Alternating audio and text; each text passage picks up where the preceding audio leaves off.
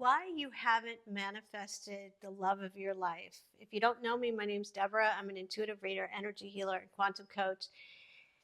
And I get this question quite a bit. Why have I not? I've done all these things, I've studied different techniques of manifesting, and it still hasn't come in. Okay, I'm going to share with you in this video why it hasn't come in and how to create and call it in, because you absolutely can have a partner if that's what you want. Why? Because we are the universe. We are infinite possibilities. We are not limited. The only reason why we feel limited is because of our thoughts. So what is in the way for you to manifest? I don't even like to say manifest because that sounds like work, and it's not work. It can be effortless. So, what is in the way for you to call in and allow for the love of your life, a partner that is perfect for you? What's in the way are your thoughts. It's that simple. What is in the way are your limiting beliefs. And where do you get those limiting beliefs? They come from conditioning, they come from experiences in childhood, in adulthood. We make up our mind about things after things happen, but that keeps us limited, it keeps us bound, it keeps us stuck, and it designs our experiencing in every area of our life, especially our love life, especially relationships. So, if you don't like the way your love life is going, or if there's a lack of a love life, or anything else that's going on in your life, change your thoughts. Where did I get this from? It's not something I made up. I did not uh, invent the wheel. Okay. My teacher, Laura Lucille, had a teacher, Lester Levinson. He created the Sedona method, and I'm sure a lot of you have heard of it. So I did not learn from the Sedona method. I learned from Laura because she was a direct student of Lester Levinson. I have been releasing for 10 years with my teacher. I never get sick of it. And release work is actually natural. It's our natural way of being, but it feels hard when you first start because you start to take a step back from your thoughts. Up until now, if you've never released, you buy all the thoughts that come in. You buy them, you believe them, and releasing is taking a step back and questioning your thoughts, questioning your beliefs, questioning your concepts, questioning uh, everything. And so it's very simple, but not so easy to do.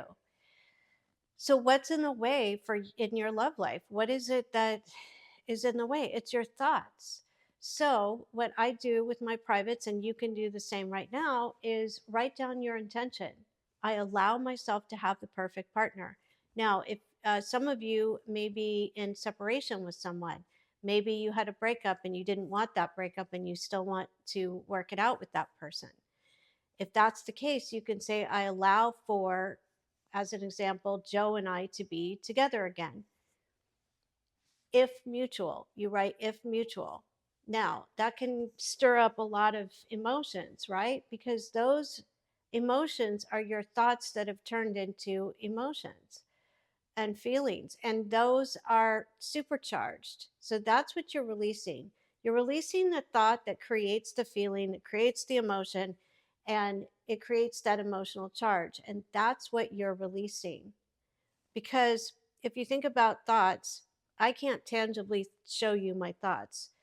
They are like vapor clouds that just pass on by. But what happens is we grab onto them and we make them our own, and we own them.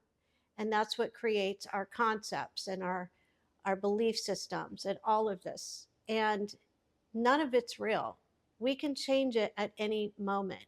It's a projection. It's just like we are the light, and we're projecting our thoughts onto the screen of life. And so if you don't like what's going on, change your thoughts.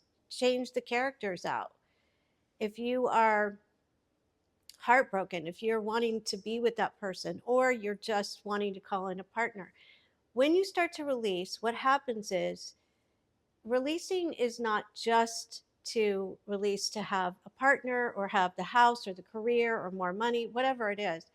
Yes, releasing will absolutely work for that.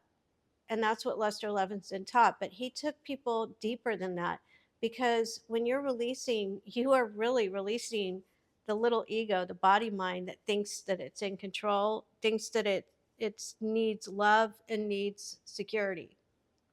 When our true nature is already pure love, pure security, pure wealth. Like, the only reason why you have limiting beliefs of wealth is because of your thoughts. It's not because the wealth isn't there. Everything is yours. You are the universe. So everything is yours. There's no separation. But the reason why we have these problems with money, problems with love, problems with physical health is because we're holding on to thoughts that are limiting. And it doesn't mean I'm free. No, I'm a work in progress myself. But I love this work so much that I share it with the world. I share it. I live, eat, breathe it. And yes, I make mistakes. Yes, I falter, but I learn from them because I'm open, because I am willing to see myself, to see what works, what doesn't. And so when you're releasing, it's more than just releasing for something that you want to manifest or to call in. It's about freedom. It's about happiness. It's about peace. It's fulfillment, feeling completely whole and complete, because that's who we really are. It's a joke to think that we are unlovable because we've had a bad relationship or a bad childhood. I mean, when you sooner or later you got to grow up and how take responsibility and see, okay, you know what, my parents were busy surviving on some level, materially no, but emotionally yes, so everybody's doing the best that they can in the moment. So um, when we see that we have taken on some of the the limiting beliefs of our childhood, we can release those. Same with adulthood. Even if you've had several relationships that maybe didn't work, that doesn't define who you are. It doesn't define that you are always going to be like that. No, it's a tendency. Why? It's a subconscious tendency. We don't even see it, and we wonder why do we keep picking people, in my case picking people that were emotionally unavailable. Well, and guess what, when you really do this release work, you can't be a victim anymore. You got to throw that out the door. There are no victims, there are no perpetrators. That's a very charged statement. When I heard that the first time 10 years ago, I just looked at my teacher and I went, are you kidding me? Because I was totally into victim mode. But now, not so. So I am seeing clearly that releasing is so much more. And when we, that what I was going to say about the limiting beliefs that we're separate from others, that we, because somebody leaves us, the love is gone. No, the love is in us at all times. And so it never leaves, it's never gone, it's always there. And when you start to see, oh, I was saying about picking unavailable, emotionally unavailable people, when I'm picking those kind of people, it's because I'm unavailable emotionally to myself. And when I saw that, it was a huge eye opener. When I was thinking that, my ex was an avoidant, I was too. Because whatever is in somebody else is inside of us. That's a bitter pill to swallow. It's not easy to look at, but when you see it, you can't unsee it anymore. And that's when you can make changes. And that's when you can say, you know what? I'm done with this. Say goodbye to that tendency. Because one tendency, like being an avoidant, which I was because I was protecting myself. Believe it or not, I was choosing somebody that I could be an avoidant with and be treated back from an avoidant so that I could stay safe and not have to be so vulnerable. And yet I wanted this person to be so vulnerable. It's just, that's how the mind gets all crazy, right? It doesn't mean you're crazy. It just means that when you start to release, you start to see that the subconscious mind has a lot of irrational thoughts. It's very irrational. And so it's where you just go, oh, okay. And most of the time when I'm releasing, I'm writing it down. And when I really see it, I start laughing hysterically because I see how ridiculous these thoughts are. It's like hilarious, you know. So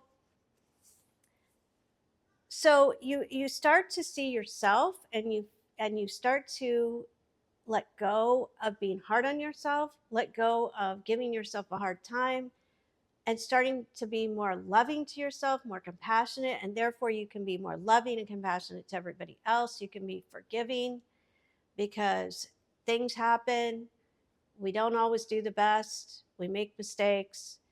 And once you start to do that, I that's what happened to me. And now when I'm coaching people, I can clearly see when people are being hard on themselves. And I really try to help them to release that because it's not worth it to beat yourself up for things that you did wrong.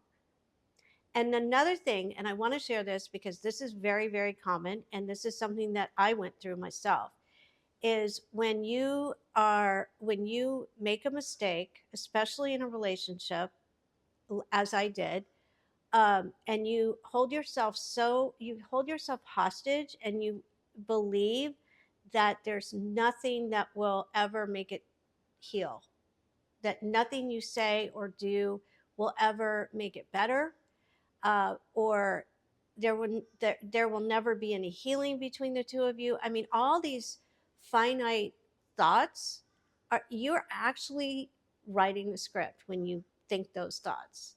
So sometimes I have to pull people off the cross. They've nailed themselves on the cross, and I did the same thing. And you sooner or later you see it where you can let go and release. And when you really do, anything's possible at that point, because we are holding everything in our life. Everything that's occurring in our life is because we're holding it in mind. So if we're holding in mind that we will never be forgiven, we will never be forgiven. And it takes a while. It took me a long time to finally see and experience, not just believe, but experience that everything that happens is a result of what my mind is creating. Oh my God. I mean, you know, down to the subtlest things.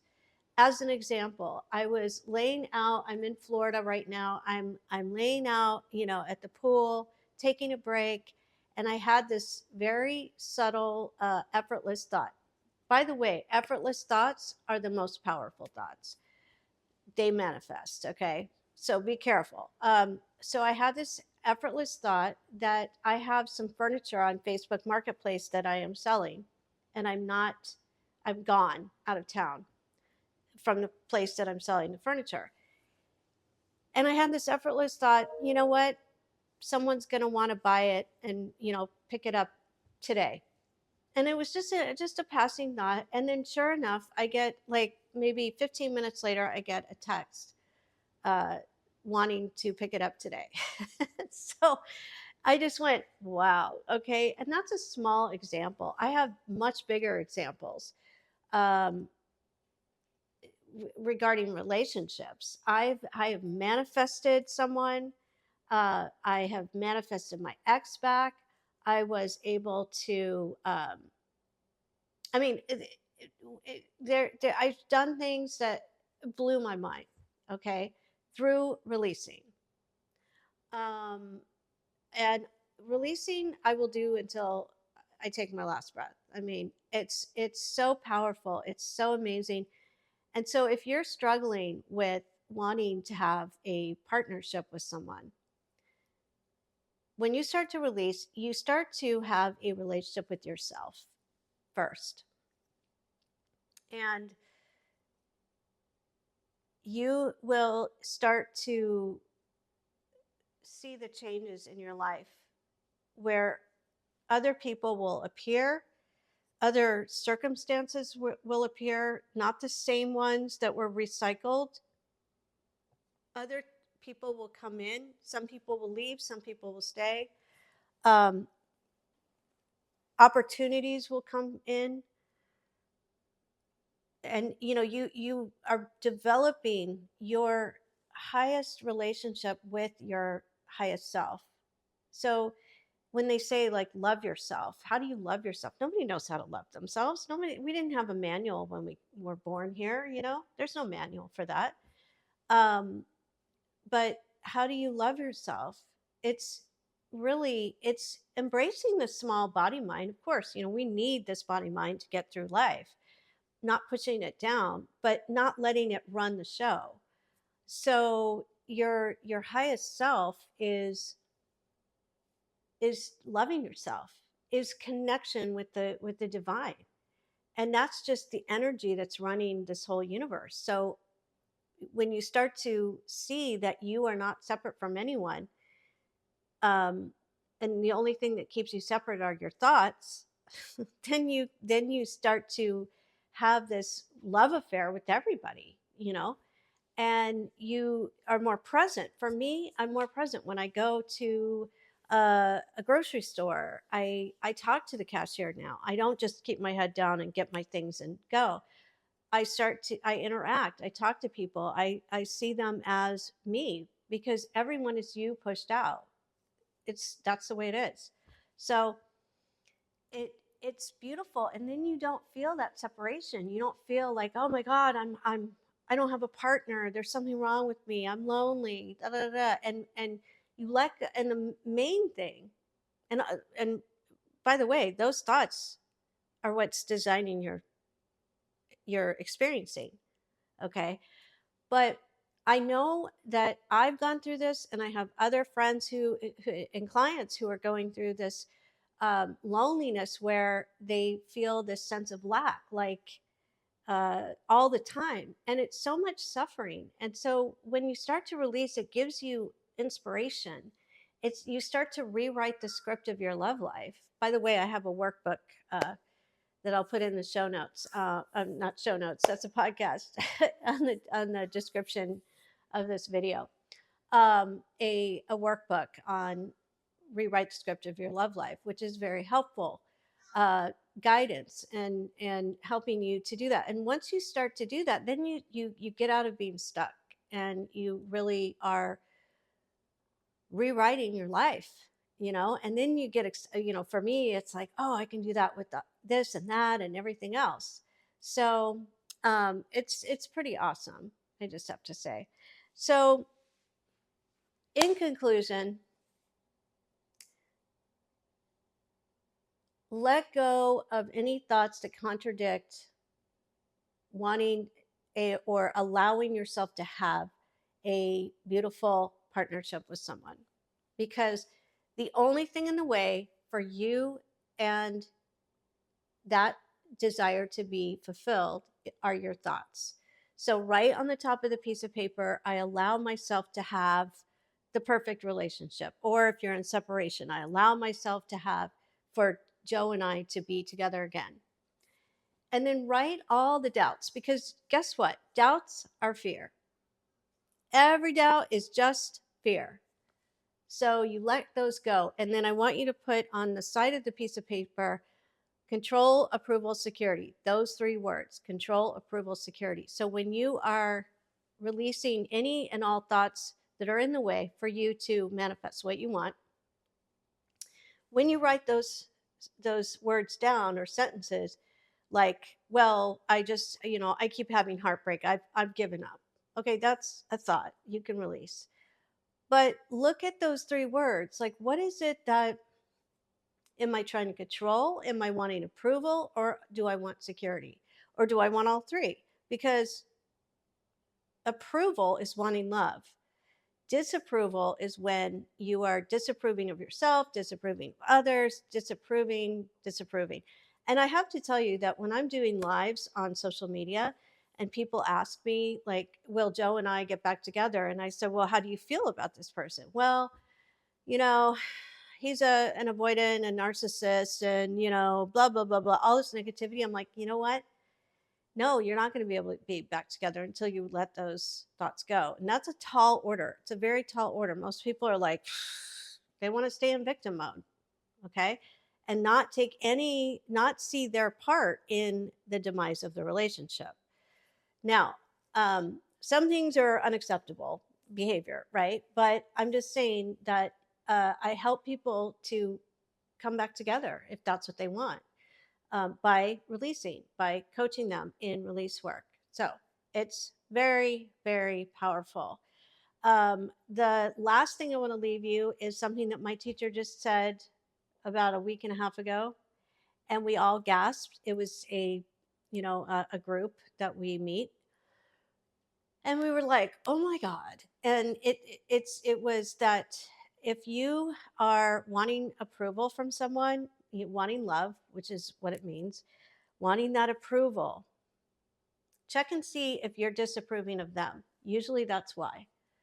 If you're wanting approval from someone, it's because you're disapproving of them. Now that's a mind twister. I mean, that's kind of advanced what she said, and most people would poo-poo that. You know what I mean? It's but if it makes sense or if it doesn't make sense, just marinate on it and see if it's true.